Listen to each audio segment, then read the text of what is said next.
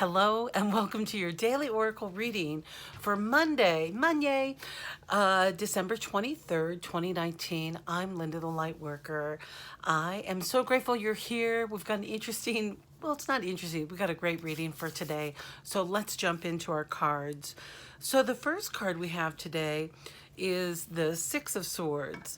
Now, you know, the swords are all about mind games, not games. I'm sorry, my air signs, Aquarius, Gemini, and Libra, because I say mind games, but it really is. Sometimes the mind can just do a number on us, right? We get caught up into our thoughts or our emotions, and we don't fully actualize ideas or plans because of the dialogue that we're having internally.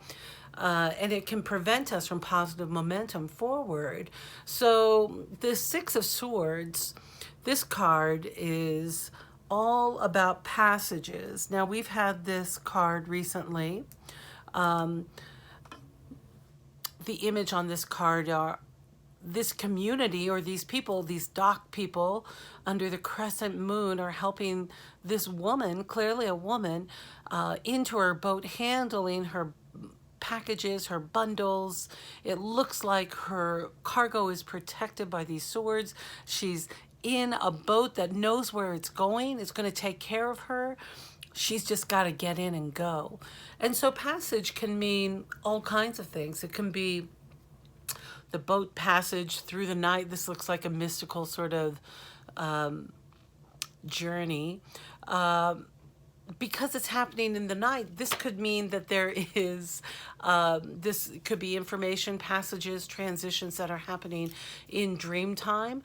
This could be about you literally really getting out of your head, reprogramming your brain from a way of thinking how it used to behave and what's new for you now, and you are headed towards your new self.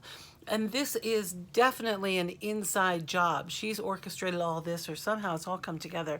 I asked for a little bit more clarity from the Mother Peace deck, and I pulled the Tower card. So we all know that the Tower card, Major Arcana, is all about breaking down those structures or beliefs that no longer serve us.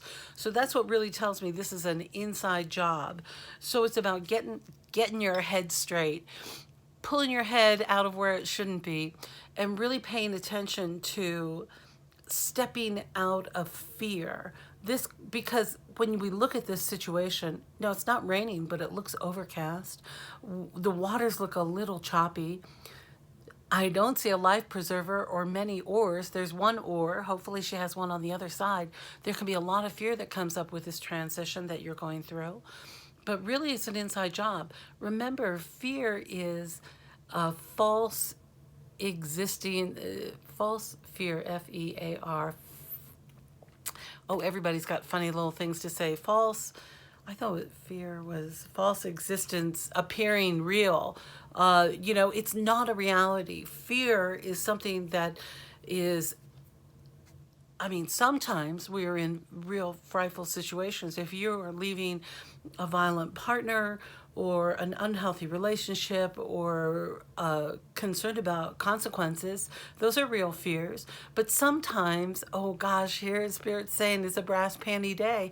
You got to pull on those brass panties and you got to say, listen, this boat's already in motion. We're already loaded. I'm leaving. Hand me that last bundle, and I'm not doing this anymore.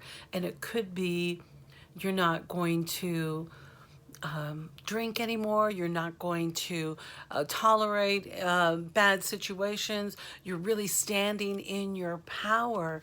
You're really finding it within yourself to have the courage to keep going forward with this journey. And that journey can unfold in so many different ways.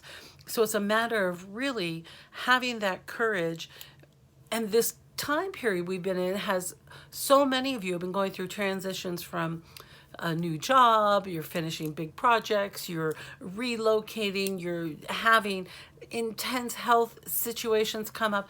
This is big stuff that's going on for all of us during the holiday season. Ho, ho, ho. So you got to get on that boat and you got to set sail, and you've got to oh, I'm sorry, I'm telling you what to do. But really, you got this. Your boat knows where you're going. You already know where you're headed, or at least it's going to be to a new port. So hang on there. Those tower cards, you know, when the tower comes up, it's about lightning striking too. Some of you might not even realize that you need a hasty escape, and some of you might be fleeing rather quickly. But what Spirit's really telling me is that you've done a lot of this work and you're ready for it. You can handle it, and nothing is ever as bad as you think it's going to be. But it's so interesting how that fear, yeah. Fear can tie us up. It can hold us up. So when I went to the Denise Linn Sacred Travelers deck, we pulled out the Wise Leader card, and it says, you are a beacon for others. So that's what the thing is. You know, when we are on the leading edge, and you're on the leading edge, because you're paying attention to your consciousness and how you feel every day, and you're being aware of how you can take care of yourself so that you can get out of some sticky situations or know when it's time to go, make a clean break. And then you become a beacon for others. You show others that by putting on that the brass bra, the brass bustier, the brass panties, whatever you need to really help you feel strong. Nobody needs to see it, but you know how strong you are. Help you. Look, she even has on a brass breastplate. I love it. And her leather skirt. She's a babe. And with that beacon of light, and she is like, listen, I will carry the light for you. And you know, we do that for others as we hold light and space for others. When we're able to handle our own life and do it with clarity and precision without fear, we show others how we're living. And it in our actions, I'm sorry, I keep bumping the camera today. I don't know why. I'm too close to the table. But our actions inspire others.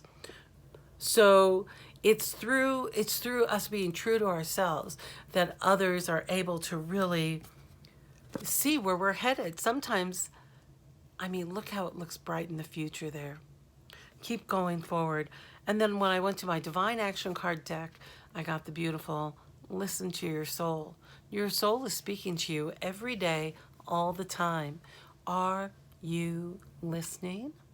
We have to listen to our soul. And when we listen to our soul, it is something that we know in our bones, we know in our cells.